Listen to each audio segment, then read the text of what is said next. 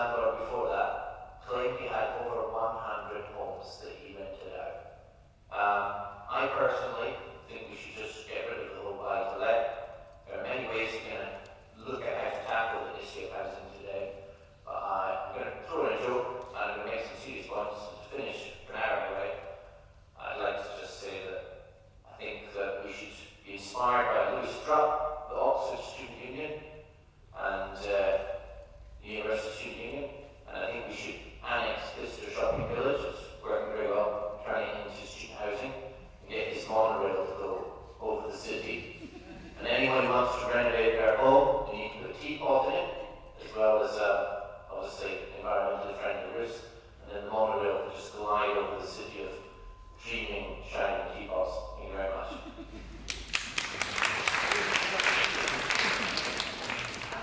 Before we move on, I'm very impressed by the power of the microphone to rise to the table. So candidates down that end, you don't need to get quite so close actually. And that's just your expert lungs, Mr. Hatter. They're very, very good. Okay, thanks. Right, cheers. I'll try to first get the ears on, so hopefully that can hear me okay. I'm Mike Foster for the standing for the Socialist Party in Oxford West Abingdon, and also representing Kevin Parkin, who's a counterpart standing in Oxford East. The wide gap between what housing is needed and what's available shows that the housing market just doesn't work full stop. Houses are built to make money for developers and landowners, not because people need them. Developers aim to maximise their profits by building the kind of housing which is likely to bring in the best returns. This will tend to be housing for private sale. Social housing managed by councils and housing associations is a less attractive investment. So as a result, as we've already heard, the few houses which are built will only be affordable to a few people, and thousands, hundreds of thousands of other people will be priced out of the market. Will either be stuck in somewhere unsatisfactory or have to rely on the unreliable end of the private sector market or the underfunded social housing sector. So any reforms or changes to the system have to work with how the system runs. So any changes to legislation or reallocation of public funds only last as long as they're financially viable in the wider economy. Tinkering with the system hasn't made it work in the interest of the vast majority, as we tried for decades. So the economic and political system itself needs to be changed. We need to go from a society where land and resources are owned by a tiny minority to one where they are owned by everyone in common. Houses would be built, goods would be produced, and services would be run directly because people need and want them. The financial market would no longer be there, rationing and restricting who gets what.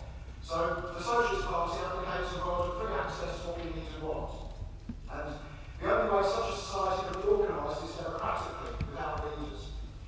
And the only way that society can be reached is democratically as well, if the majority worldwide wanted it and worked for it. So a vote for the Socialist Party is a vote in favour of this society. Thank you.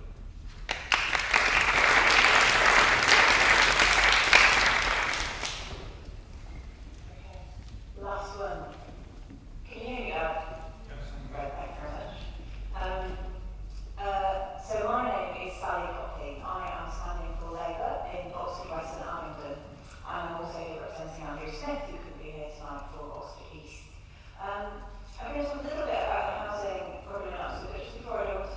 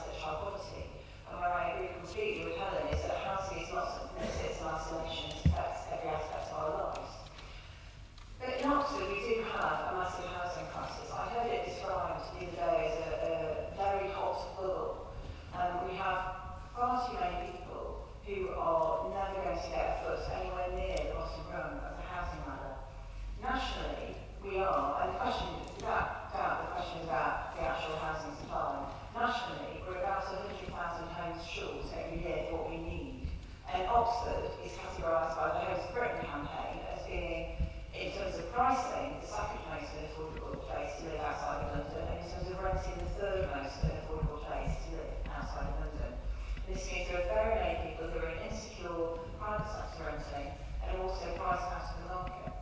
But housing really matters. It matters because it affects you if you're at school, if you haven't got somewhere where you can sit and do your homework at the end of the day. It matters if you don't feel that you can invite your friends around to come for tea or to come around and play after school so you don't make friends easily. It makes a difference for your life and for your security and how you feel growing up. It makes a difference for employment in the city. We know that many employers are struggling to retain really good staff because they cannot live elsewhere. And it matters for our public services. I could go on, but time is short. So I want to tell you briefly what Labour's brief proposals are around this, but just to say also that I think the proposed selling of our housing association property is ludicrous, and as my understanding is it's actually subject to legal challenge and couldn't go ahead even. So Labour has got some much more constructive ideas that we think will actually work. The first is to make sure we build 200,000 homes a year by 2020. The second is to make sure we build affordable homes by prioritising capital investment in that housing. The third is to make sure we give local first-time buyers priority new homes in housing growth areas. The fourth is to make sure local communities have new powers to get homes built where they really need them. We want to make sure private renters get a fair deal by guaranteeing longer-term tenancies that would be for 3 years. You can still get out of the community that should give all renters a bit of security that they might not have already, a bit of protection against road landlords. I have many stories of people who've complained about conditions in their private rented home and found themselves subject to being at risk of eviction by their landlord. And lastly, we want to make sure that councils get greater powers to reduce empty homes. Now, within Oxford, I think empty homes will not make so much of a difference to us, but all of these things add up to hopefully bring us a much more stable housing market that means that people really can enjoy living and being in Oxford.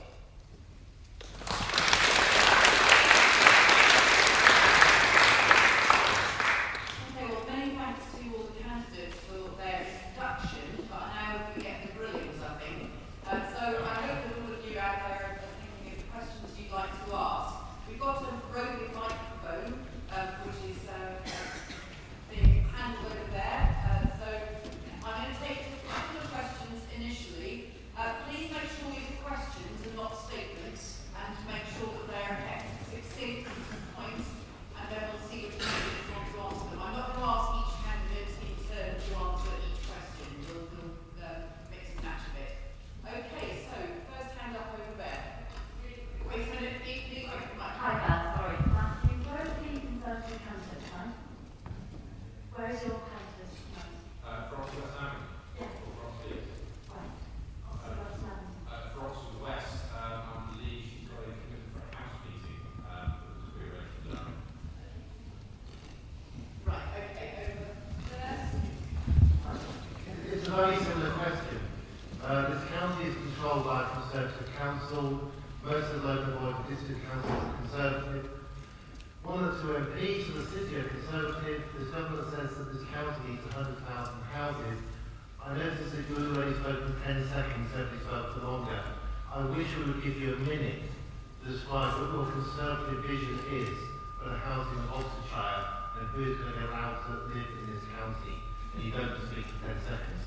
I would happily address that because I think it is the issue that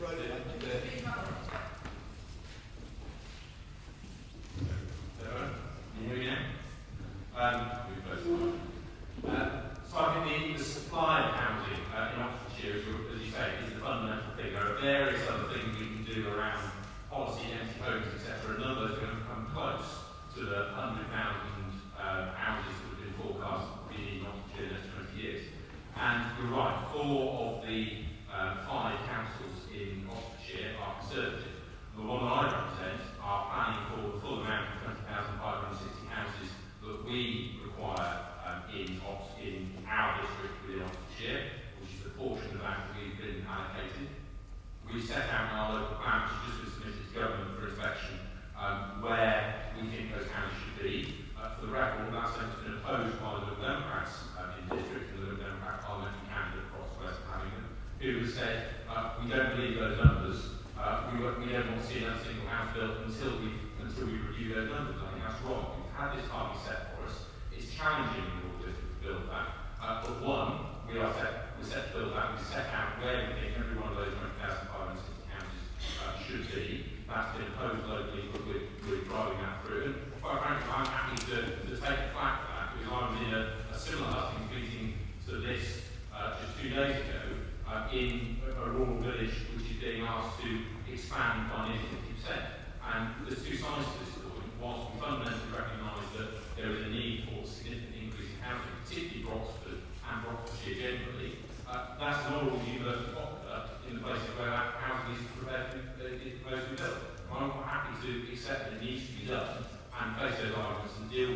of infrastructure, etc., that needs to be there. Within Oxford, we as rural districts have tried to show off the city and other places within the city where they can find more housing, because I feel that the Labour Council has actually failed in Oxford.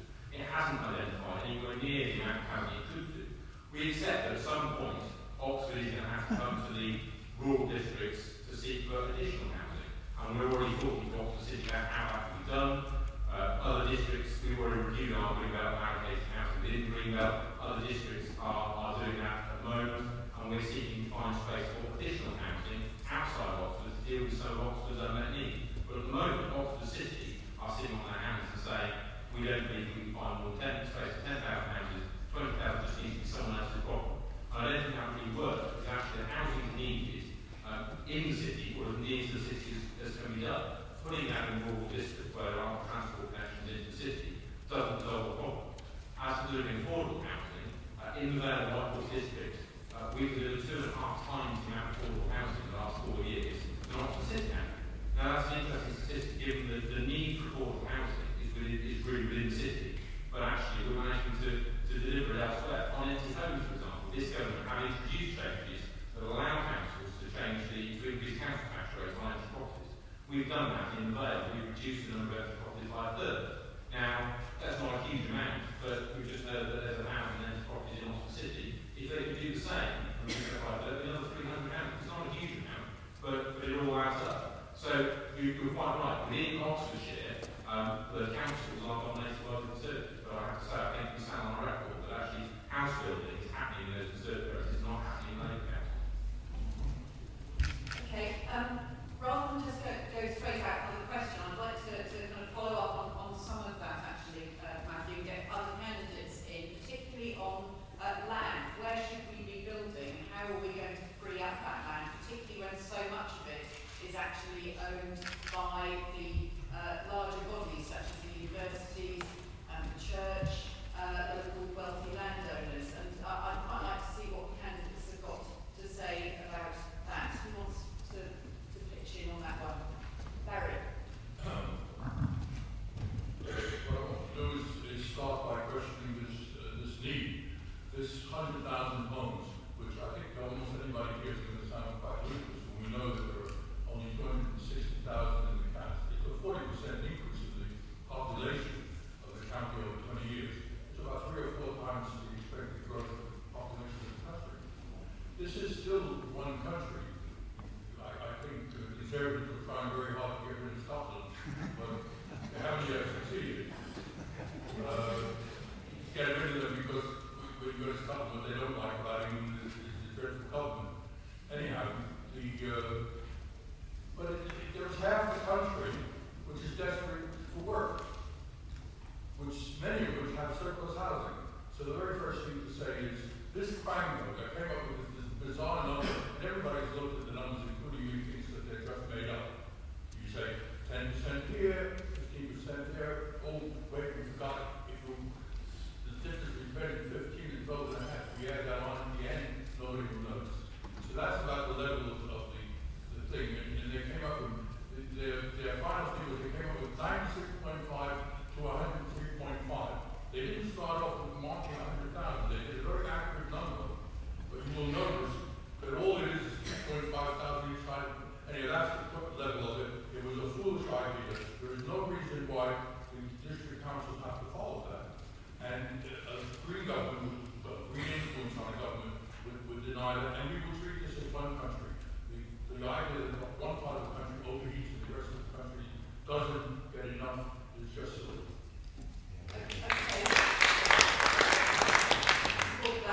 I'd like to get back, if possible, to the land question. Anybody got any thoughts on that? Can I, if I may just come back a little bit more, Matthew was saying about empty homes and just on the figures, but also on the land question, Lesley, sorry. On empty homes, I've actually got slightly different figures of how many empty homes there are in Oxford. So just a figure that I got from the City Council today is actually there are only 75 homes in Oxford that have been empty for more than 2 years. And only a couple of hundred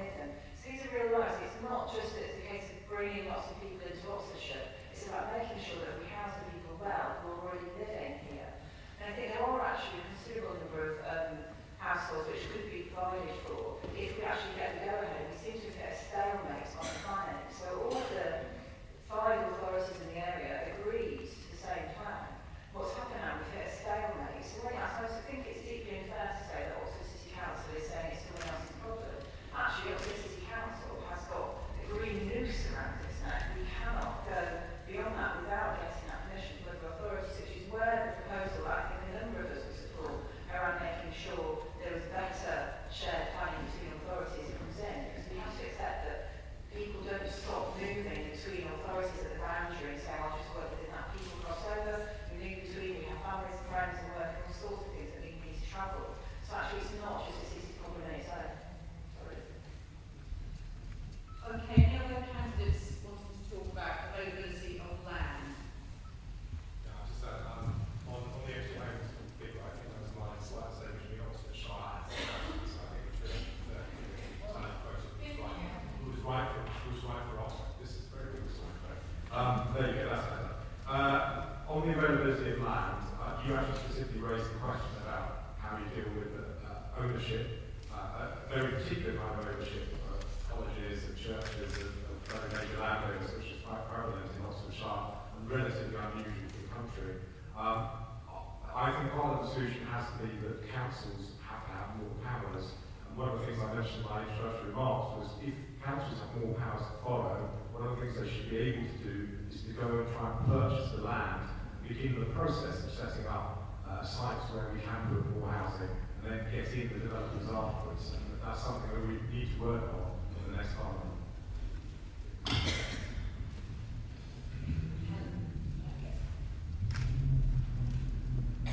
I just want to come back to this idea of this, just wanted to come back to this SHMA target that would see the increase in population of the county of Oxfordshire by 40% by the year 2030. Now that would be 40% more cars on our roads, 40% more schools needed, 40% more medical facilities needed. Who actually came up with this figure? Interestingly, it was a private consultancy who actually developed it. Now there's a surprise. I don't know that we really do want 100,000 more houses in Oxfordshire. Yes, we definitely need some more houses.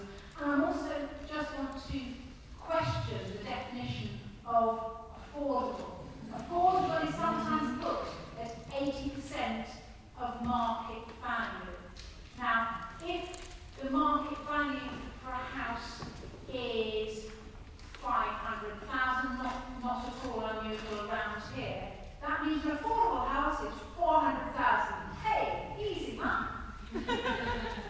So affordable rents. We need to be thinking in a different model. We need to be providing housing for people who cannot play in that market, whether with the affordable tag or not.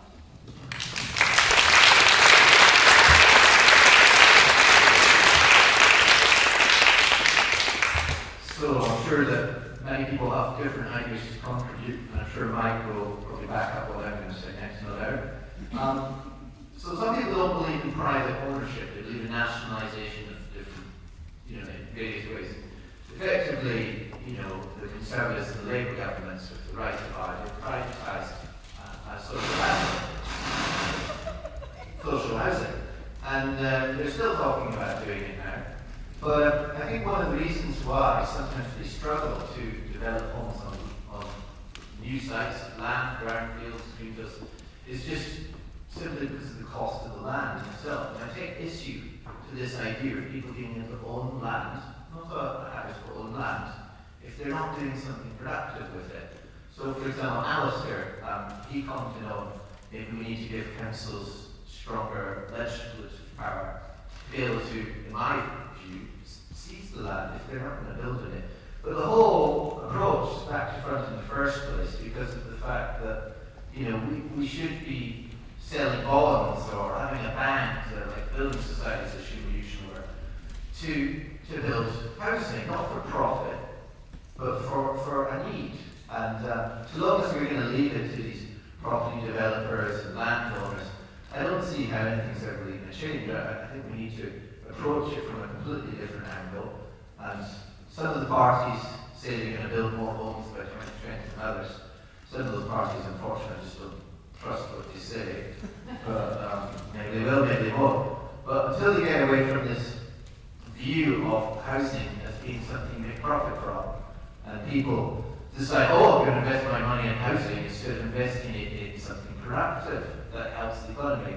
If I'm spending so much of my money on rent, as you are on your mortgage, then you have less disposable income. And I just think that when we talk about growth in the UK, it's based on things that are not sustainable and are not really genuinely got. Thank you.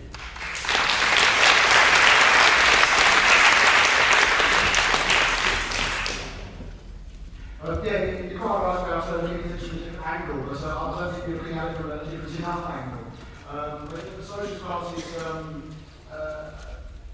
agrees that building for profit is a different thing to building for people's need. But the solution there is to remove the whole profit motive and the whole economic and financial system, because even if housing is owned by councils or housing associations, it's still owned by an elite.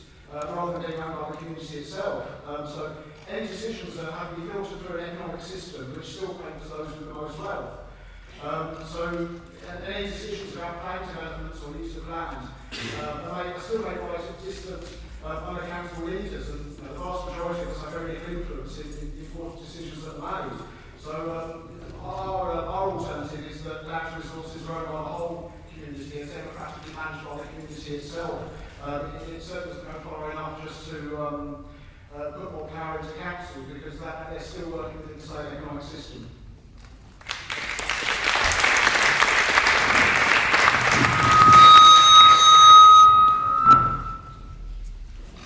Okay, we're going to go back to the audience for another couple of questions, and you so certainly the one with your hand up first.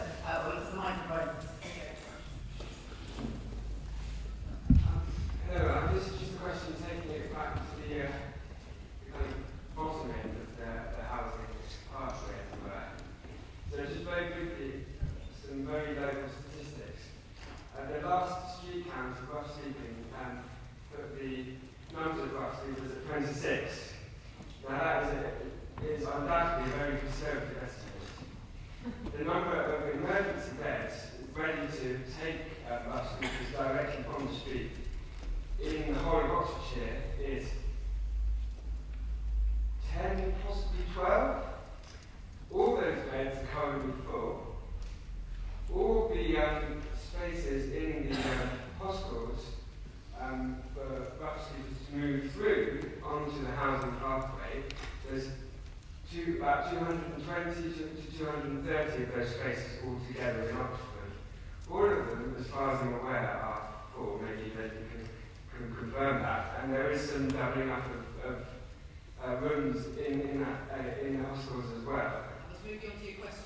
Yeah, very quickly. Yeah, there's inadequate capacity for houses for people moving on from that, and the City Council has recently decided to bring forward a proposal to criminalise rough sleeping. So I just wondered what the candidates thought of that proposal and what they intended to do about it.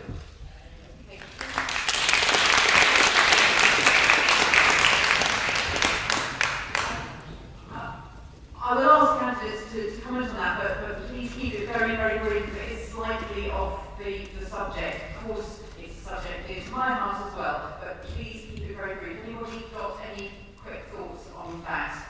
It's quite a complex subject, I understand, but yeah, very brief. Well, there's two things about it. The first thing about the criminalising the rough sleepers is just a terrible mistake, and the City Council really should think again. The reason that things are so hard for rough sleepers is partly because of the enormous cost to local government. They're altogether unnecessary. They're based on a crazy idea of running an economy. And the final thing is that one of the underlying problems is that we have a policy that you can house homeless people, but only if they have children or they're disabled. So single homeless people have not had that opportunity, and it is a policy of the Green Party that they should have that opportunity. There's no reason why they should be singled out, and that would reduce the number of people on the streets. And that's the way in Scotland, actually, so another reason to vote SNP, possibly.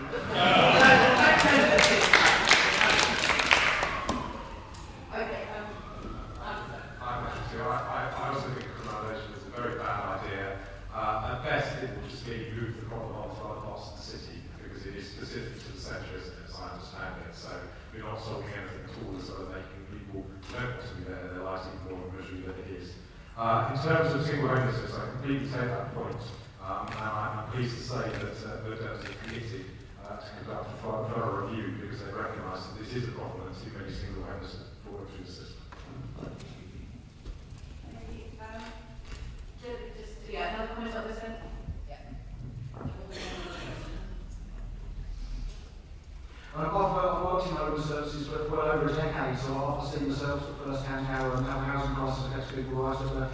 bottom of the ladder. And this is just another example of how services have to work within a financial system, and especially when the economic downturn bites, then obviously funding is cut. So as well as the extremely harsh penalties attached to rough sleeping, the authorities find other ways as well of keeping people when they're down, such as local connection policies, which mean that people from other places aren't eligible for assistance, and also the strict rules which govern how someone is judged to be eligible for statutory homelessness, which I think sort of been mentioned. It's very hard for a single person to be judged in priority need homelessness by the council.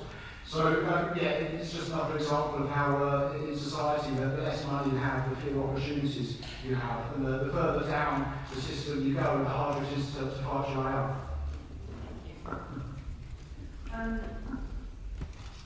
There's two things I would say. One is that actually as central government has cut funding more and more and taken away the ring fencing, that doesn't mean there's less money. What Oxford City Council has done is we have protected the money and then topped it up a little bit more as part of grant commissioning. But I think the point you're raising in particular is really pertinent because there are, my understanding, and I have looked into this as you know, but my understanding is that this relates to a specific public order PSPO, which would come into effect or would be used when people are rough sleeping even though they are keeping one of those beds for their use. Now, if you think there's another case, then I'd love to hear more about it from you, because I've checked it with City Council officers and councillors, and my understanding is it's just like the Chair said, it's an incredibly complex area. There are other things that are going on around trying to support people who have multiple support needs. And in this instance, this is around one or two people who might be keeping a bed in emergency accommodation but still choosing to sleep on the street. And I think things sometimes present as coming across in a particularly draconian and evil way, which isn't the intention. And I think that concerns me because that is not what the City Council is doing. I actually think the City Council is doing a really good job at trying to protect services and make sure we don't lose the services that we do have despite continued cuts coming from central government. But I think it's stunning, isn't it? If you want to talk to us, I'd love to pick up on it because I'm really concerned about it, if that's coming across as your experience. Okay, thank you. Thanks very much. I'm going to rein it in on that one. I'm trying to do that is if this was about helping people who, for some reason, are not accepting the accommodation they're offered, why does it only apply to the city centre? It looks horribly like tidying up our city centre, and it seems to me completely immoral, criminalising people when they're down and a return to Victorian vagrancy laws. I think it's disgusting. Much as I'd love to talk about homelessness for the rest of the evening, I think what we must try to do is keep it as broad as possible because housing is such a broad issue. So can we have a broad question, please, about homelessness? And I couldn't see you put that hand up. Sorry. Oh, no, not Harry. Thank you, Gary. Okay. The lady back there will have some.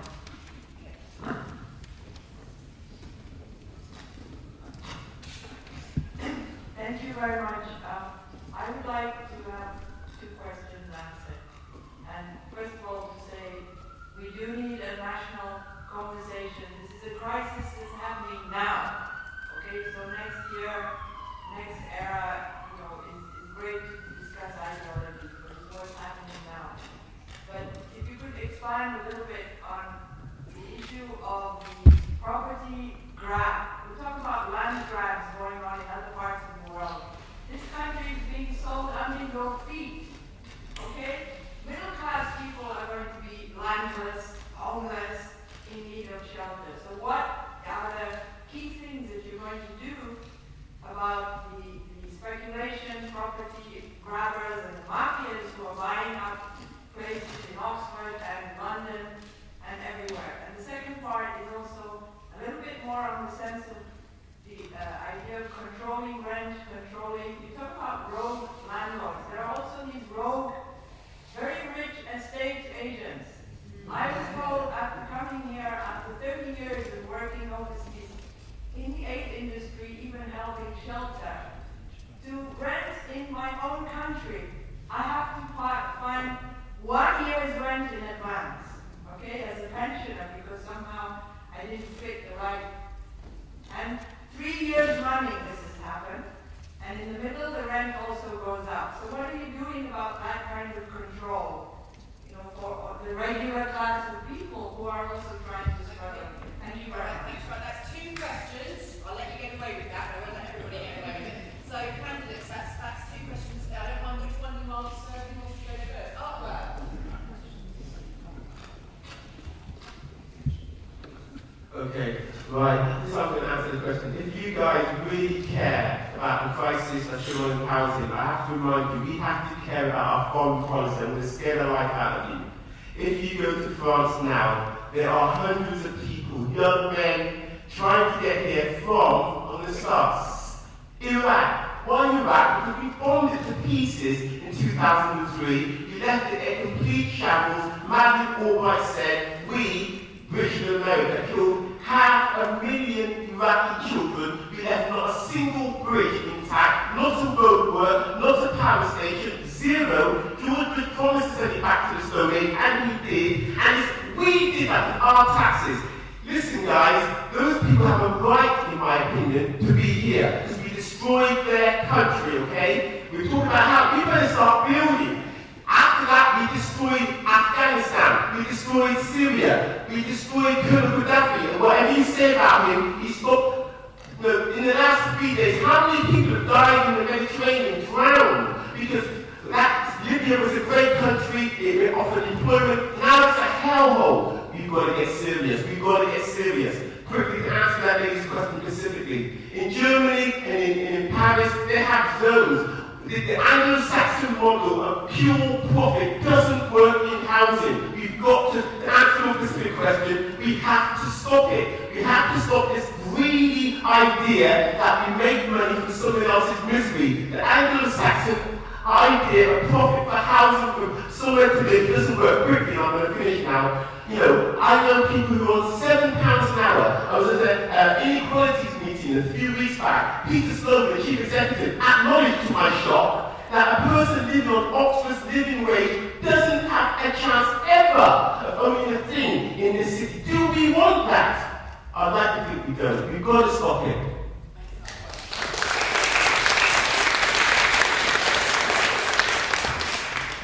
I think you wouldn't expect me as the Conservative representative to say that we ought to end private renting or anything similar. But I would say I completely sympathise with the issues you raised about road landlords, and not just road landlords, but road estate agents. And those practices absolutely need to be stamped out. And that's not actually just about the principle of private renting, it's about the practice of it and the outrageous practices that do go on in Oxford and places like it. But I think fundamentally, this comes back to that supply issue we started with. The first question of where actually we're going to build these houses, and nobody else come up with any idea about how will we supply more housing for Oxfordshire, because you could nationalise every house in the city at the moment and it still wouldn't solve the problem. There are still too many people requiring housing in Oxford which the city is not able to provide, by whatever means, whatever model that is, whether it's privately owned, socially rented, privately rented. There are simply not enough homes for the people who need and want to live there. And that's the fundamental problem I think of what's happening. Anybody else who wants to? Anyone else to comment? Yeah, Mike.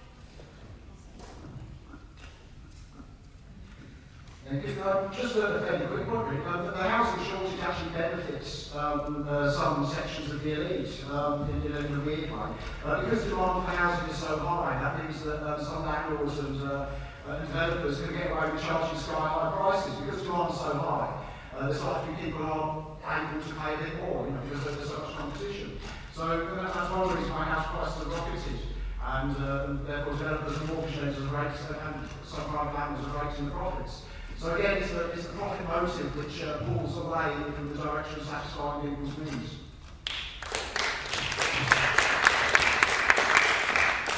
Yeah, so I mean, sometimes people say that socialists are too utopian and they don't understand economics, but I think what he says is common sense there.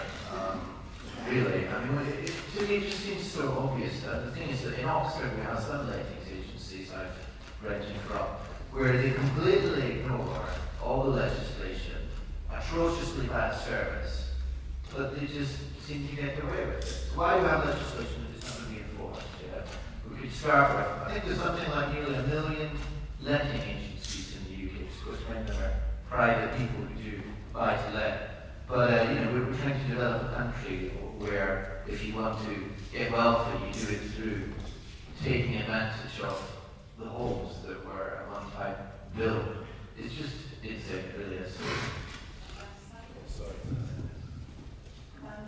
There's a new term that's been bandied about recently called buy to leave, which is where people are buying incredibly expensive properties, particularly in North Oxford, and then just leaving them empty because that's the better investment. I think that's absolutely outrageous.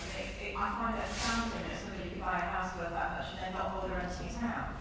So they don't need the money to rent it out, and it's not worth the hassle. And that, to my mind, just says it's all about inequality in the UK about where we are now, because that's an extraordinary state of affairs.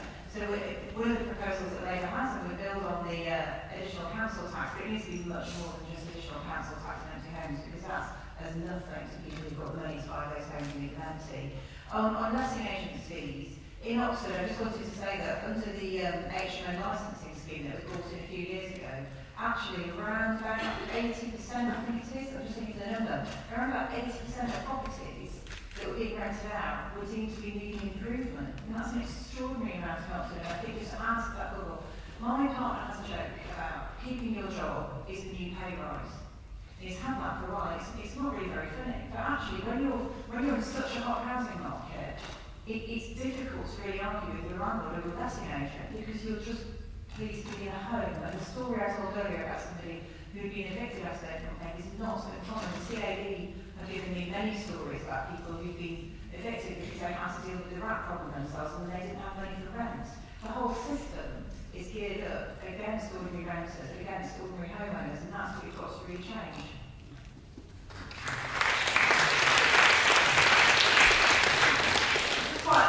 To stick on the subject of tenants and private renters, I think it's a really, really hot topic in a city where such a huge number of people are renters, and that's the sort of stock that we need more of. But it's something where security is such a huge problem. I'm wondering if candidates can comment a little bit on what we can do to help, what you would do to help tenants who are looking at a life of renting but with very little security.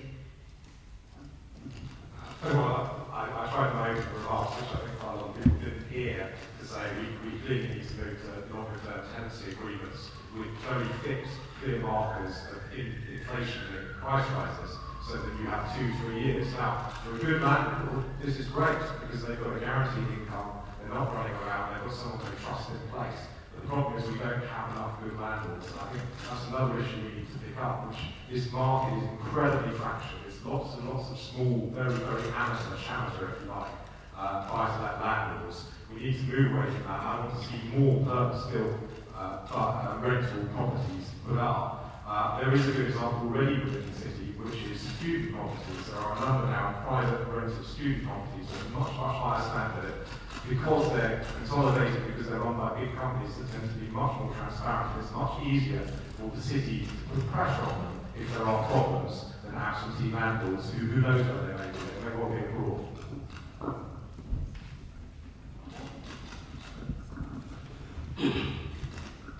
At the Inequalities meeting, it was chaired by my call to the councillor who's sat at the front here now. I was really pleased that Peter Sloman acknowledged the difficulties that ordinary people on £7 an hour would have in not owning their property. Because I think it's something that we really have to recognise. We need a city where we have people who do a whole range of jobs, a whole range of salaries. What would I say to those people whose lives are set on benefits or on rent? This is what I would say. I would say to you that we need to come up with a system where people who are doing the everyday jobs in a city like Oxford have a rent that reflects the wages that they earn. That means, you've all said, it's not the neighbourhood, we need to build housing for workers. It almost sounds Stalinist, I know, but we need to build housing for workers whose rent reflects the £7 an hour that they earn. I think this is essential.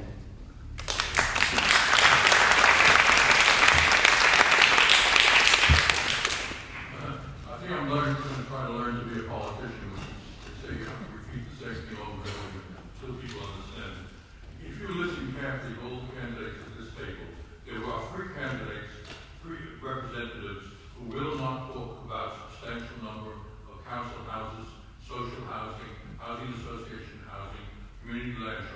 subsidised by the government, which is the only way that the vast majority of people will be able to get into decent housing.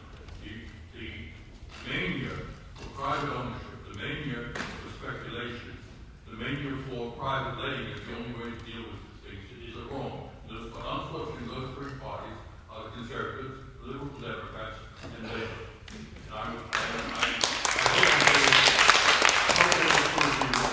large-scale building of houses that are subsidised, in the long run they're paid for. This is not a taxpayer problem, but it has to come that way. The private market, whether for letting or for buying, is a dead end. In the meantime, we will regulate carefully. We are very keen on regulating. We do not think governments are a problem. Governments can be of enormous assistance, and this is an area in which that counts more than ever. Well, I have got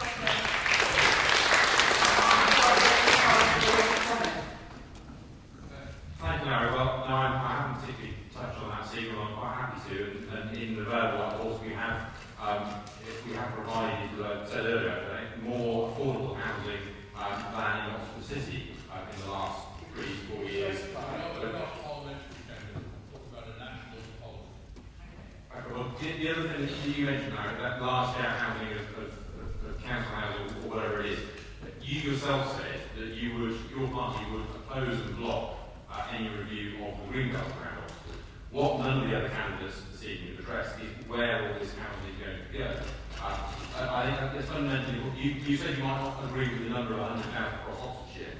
Actually, the finite number I don't think is the important thing this evening. Nobody has identified where housing would go. I've identified in areas outside of Oxford City where that's likely to go. That's apparently opposed by you, Larry. It's opposed by the Tourists as well. Right? It's opposed by South Oxford Council Tourists as well. Yes. Yeah, it is. Well, actually that's not quite true. They're reviewing their own green belt. They're objecting to a council-wide review, which is slightly different. We've already done a green belt review and are proposing 1,000 houses within the green belt. Well, with all due respect, as I said earlier, this is a crisis needed now. It's not a case of just putting it off the future. We're actually tackling this problem, and what I'm not seeing anybody else doing is saying, well, where else could it be? We've identified Oxford City where additional housing can be found in the city. The Northern Gateway, London, for example. How a city like Oxford, with such a dire housing need, can put that proposal forward with so little housing on it, where actually that site could accommodate a significant amount of housing, which would help to deal with that need within the city and bring significant jobs and housing with it. And that's just not what Oxford City Council proposed. Alasdair or Sally, do you want to particularly come back? Well, it's just simply not true what Larry said. I make clear at the start that to solve this problem, we need more social housing, we need councils to be able to get that going, we need more housing association housing, and we need housing associations to be freed up so that they can build more, and we will also need some more private housing as well. You simply can't solve the problem by hoping to mass build social housing quickly enough to get it up. And there will always be people, and there are lots of people in this city who are never going to be eligible for housing, for social housing, who need good housing. Some of that's going to have to be private rental, some of it will be new homes around the city, some of it will be further afield. But we need all of it. We can't just say there's a single bullet that will solve this. Sally, okay, and then we'll go back to the floor for some more questions. Thank you. I would also like to say that's not true what Larry said. Labour councils are building twice as many affordable homes as Tory-run authorities, and we have said that we would absolutely redouble the efforts to build affordable homes by prioritising spending, capital spending on housing. So we would give local authorities greater flexibility in their housing revenue accounts to increase investment in building more social homes. Oxford City Council has just agreed plans to build 1,000 more council homes in Oxford. And what we want to do is make sure that these are actually affordable. So it has been mentioned briefly before about the definition of affordability, but that is also something that we're looking at, because it's very clear that £7 an hour is something that is massively prohibitive in terms of ever being able to pay first 2.5 months deposit even. Okay. Just on the way back to this house past me, sorry, I just want to say, one, can we have a guarantee from others if they do all this housing, social housing, that there won't be a right to buy? I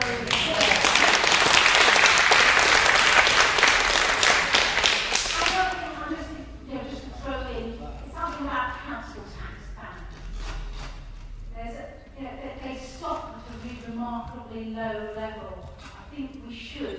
collecting more council tax from some of our wealthier citizens in bigger houses.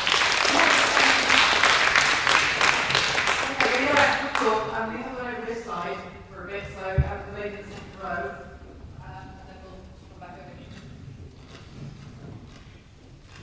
Hi, thanks everyone for your contributions. It strikes me how similar people see this problem actually. Like, you know, it's everyone's talking about the same issues, same problems that people are facing. What will actually distinguish you as candidates is how far you're willing to go to do anything about it. So the elephant in the room right now is the market. The fact that the reason prices are going up is because it's demand driven, and because landlords can come in and basically raise their prices as they wish. It's inflation, everyone knows about it. We've all spoken quite timidly, some of you actually spoken quite timidly about wanting to regulate rent prices, or having, let's say, longer term contracts for 2 or 3 years. Why not 3 to 5 years? Why not even longer? This is what happens in Germany. Governments have the power to do that, to intervene and regulate. Why be so timid? Second point is, in order to build in Oxford, as far as I understand it, there's a 50% quota on social housing. That has been averting private developers from coming here because they simply don't want to build social housing. It's not enough profit for them. Are you willing to go in and change that in some way and demand that they come in and actually build here? So essentially, you know, it's the market that's the problem. The point is, how far are you willing to go to change this, to do something about it? Thank you. So.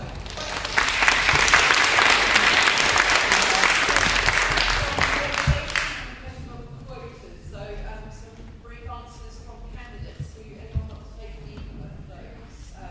Helen. I'm not sure if I was clear, but my first speech I said France and I mentioned Germany because I know people from those places that, you know, in Germany it's acceptable to rent up until you, almost till you retire, and there's no social stigma about it. Yet here in so I agree with you, in France we need to take a lead from France and from Germany. This idea, this Anglo-Saxon way that I've got to have a house and then it gets turned into a way of oppressing other people who haven't got one, has really to stop.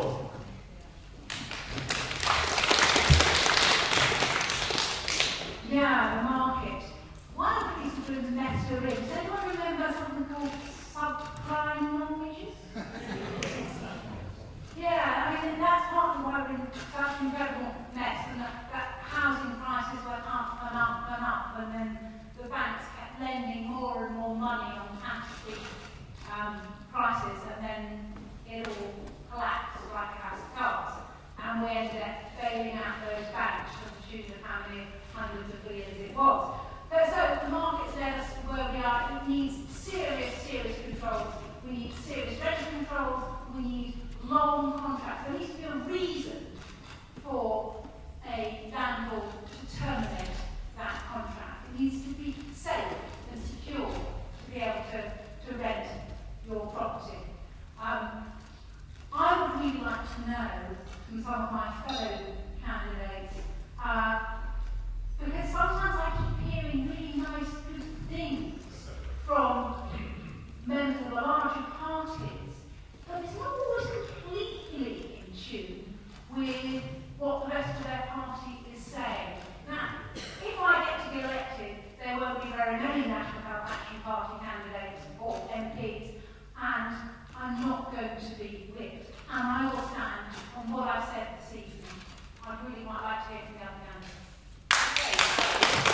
The time is down there. Sally, over to you, and then we'll move on. On regulation of letting agents and the market, I've long held this theory that the problem with the market is it responds to money.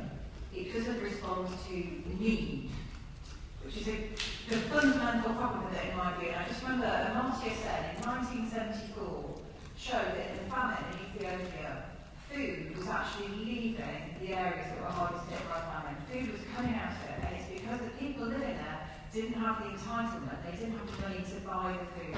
That's ridiculous, and that's why markets need intervention.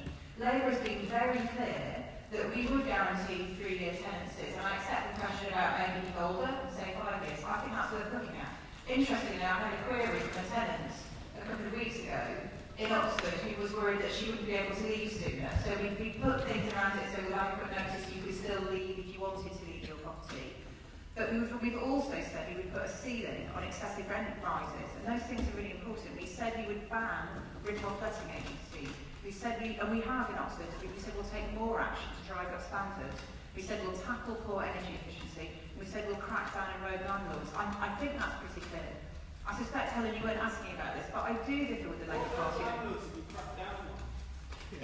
In Oxford, 80% of properties were deemed to be needed to improve under the HMO licensing scheme. I have evidence of road landlords. I've well said because of road landlords who send money off to Ivory Coast, don't make a profit for 6 years, have no turnover, don't make a loss. I mean, what kind of business is that? It's a corrupt business.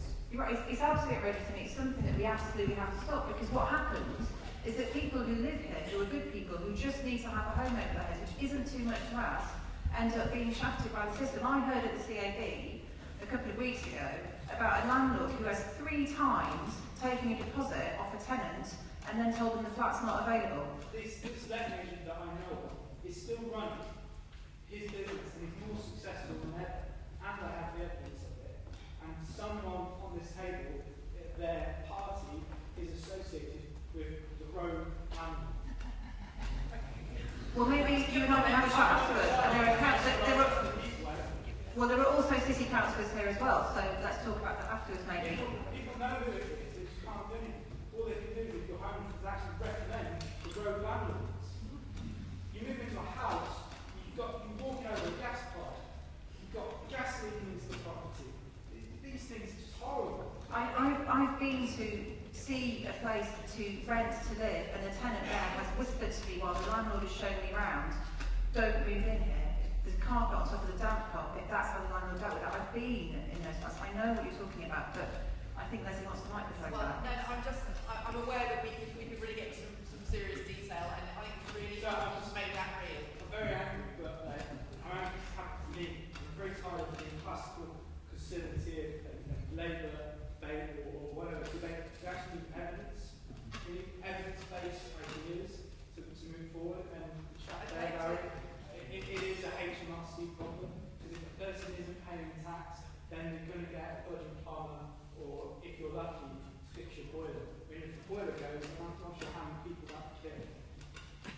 Okay, and Larry is now going to make his comments as well. Yeah, I don't see why any of that's not soluble. A local authority, given the proper powers, can do the job. But I mean, I missed half of it because my hearing's not great, so. But I want to go back to the thing. The thing about the social housing, first of all, doesn't need to just be for poor people. You can have a wholly flexible system. Secondly, the 3 parties have talked about social housing, but they haven't talked about putting money into it. And if their government is not going to put a lot of money into it, it won't happen. And the final thing is to say that the issue I forgot in my introductory remarks was that we were going to have a 5-year lease requirement. It is true. A combination of rent control, a combination of registration with stringent requirements of good upkeep, plus a 5-year contract would take a lot of the horror out of private renting. And if we had a massive house building system for social housing of a whole variety of kinds, run by tenants, that would take a big step forward. I want to tell you we will be back here next year because none of the major parties are going to begin to tackle this problem. Okay, I want to take time is ticking off. Another question from the front row here. Hand up a lot. Thank you, Chair. I just want some clarification from the top table as to why homes built in Holland on reclaimed land are 50% bigger on average than houses in Britain and 50% cheaper than houses in Britain.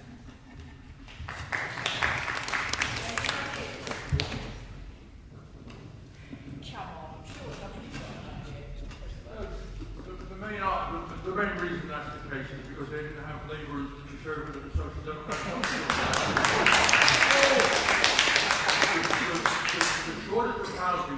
been part of the problem of pushing the prices up is not the private housing market. If you look at the graphs, there's a pretty straight line of private house building over the last 30 years.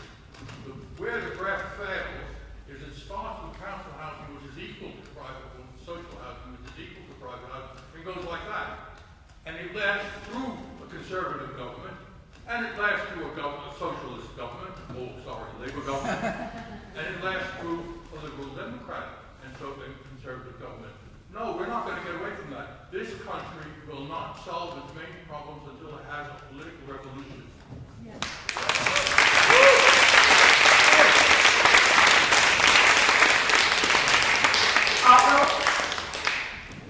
That sounds like me. I think the answer to your question is simply this. I live in a nation where everything is given to the big corporations. They don't care about us. Our houses are matchboxes now. Why? Because they're squeezing them in as fast as they can, as tight as they can, as dense as they can. Why? For profit. Okay, over here. So another reason why I'm standing on this panel today and trying to take the Loony party as a way to satirize and highlight issues is because I'm really angry with the way things are, and I'm hearing, especially from Chaka as well, gentlemen over here, and it's good to hear examples of lucidity given by our Labour candidate over there. But the way I see it, if you want an opposition, then vote for it, for goodness sake. And they can say what they like, but at the end of the day, I think the mainstream parties, Labour, the Lib Dems, the Conservatives, why should we trust them? Okay, based on track record. In Scotland, for example, when Labour was in charge of the Scottish Parliament, do you know how many social homes they built in that time? 0. Not a single one. Not one. Yeah. Why trust them? We've hit quite a lot, not just from me, about how it's the profit motive of the market system which is at fault. So I feel a bit drowned out really with my main argument. But I'm sort of glad that quite a few people are also sort of agreeing that the fault is that the housing market is there to benefit those who own land and resources. And there's a limit to how much the market can be regulated. As we've seen, people have been, or governments have been trying it for many years to try and tinker with the system.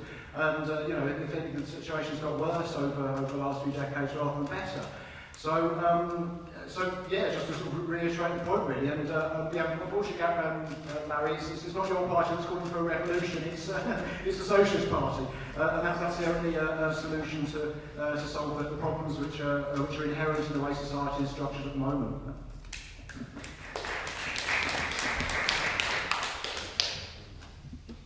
I've seen a lot of new houses in the constituency where I've been out leafleting, trudging the streets. And I have to say, the level, the quality of the design of much of our housing stock that's gone up in the last 20 or 30 years is so depressing. They are small for houses, and they're really not well put together or well designed. One feels this has been developer-led, and as little as possible has been spent on making these houses actually good places to live. The people who are in them, I'm sure, are very grateful to have somewhere to live at all, but I think we could do a whole load better. There is an issue, I think, in the Netherlands where, despite the fact that it is a crowded country, even more crowded than we are, their land is not as expensive as the land here, and we need to think about why that is and what has pushed our land prices up to the ridiculous extent that they have gone. Okay, I think we're almost at the last question. You did put your hand up very quickly just then, so I'll give it to you.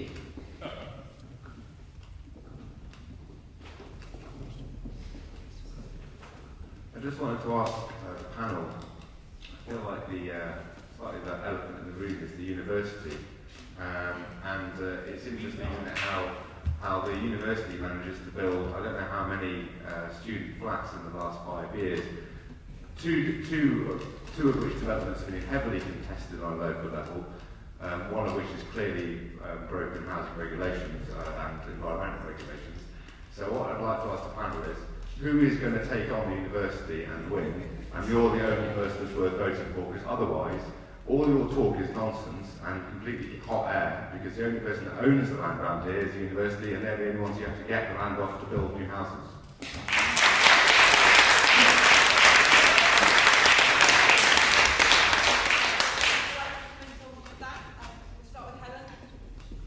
Yeah, this is an interesting one. As a member of the university, I had a very interesting experience a while ago, which was to go to a departmental meeting where I had a department instructed us in no uncertain terms to go to congregation and vote in favour of not doing anything about the Castle Mill flats. It had the opposite effect for most of us, even if we were going to do that in a way that in the first place we certainly won't after that. But despite that, the university decided to save face by pretending it hadn't made a massive mistake. The university has huge power within the city, and they also have the best lawyers, and you know, in any battle between the city and the university always wins. I think there are some serious questions to be asked about housing and university and how it uses its muscle.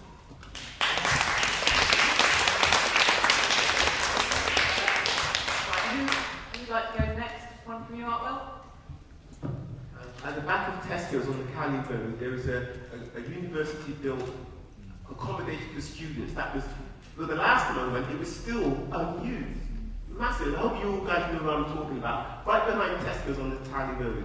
This is a huge problem because, you know, it's a scandal. I just think it's a moral scandal. I'd love all of you to do something about this. They have accommodation behind Tesco's, unused, completely there, when we've got a city where people are sleeping on the streets. To me, there's a solution for you. But, so, you might be right, they might have the best lawyers, but surely we've got the moral law on our side. We need to demand that our so-called world-class university act morally. Thank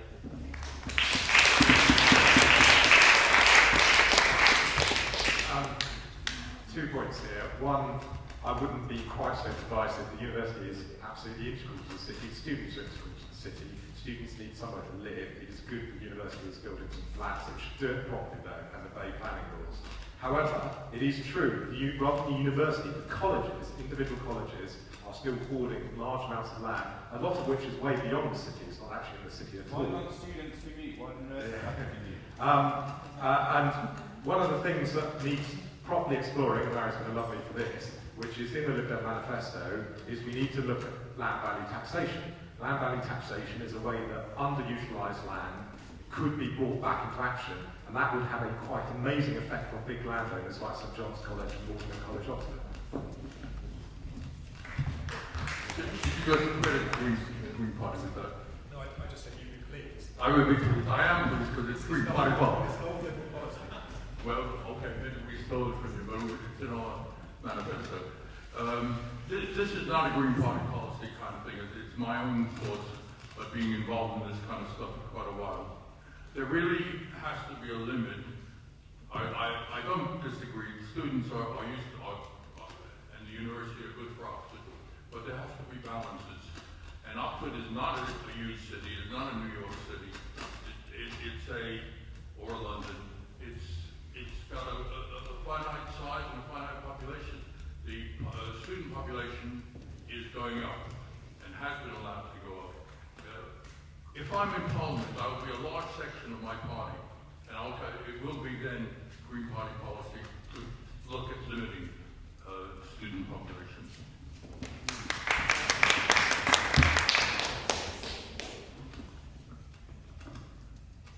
Thank you. A Labour government will give councils new powers over use it or lose it with regard to land that has planning permission. So I think, given that this might be the last thing I say, I'd just like to leave us with the thought of the first test case in Oxford of the City Council challenging colleges over land that they're hoarding and not using, and I, for one, would look forward to that greatly. Yeah, just Just very briefly, I mean, I know this from door knocking, there are so many empty properties at St John's College for some reason. I just hear it all the time of people. But so much of the land belongs to them, the prices. I still think that, you know, you can't deal with housing unless you look at the cost of land. Why do people own this land in the first place? Did they fight someone else for hundreds of years ago? And then you've got this thing of, you've got to look at how you encourage the disincentivization of people investing in property. If you want to invest in something that's useful. And if anyone does get elected here, I hope that the first person they speak to in this room will be Danny Dornan, because we do have a local expert here. Okay, I really wish I could take more questions, but I've got strict instructions to finish at 9 o'clock, and it is 9 o'clock. I've got the feeling that we could probably go on till midnight or beyond, because there are so many questions to ask on this subject, but we can't. I'd like to thank absolutely everybody in this room, not just the candidates who of course have got their own platforms that they're interested in furthering, but also everybody here in this room for taking the interest and the time in this incredibly important subject. So I'd like to give us all a great big round of applause.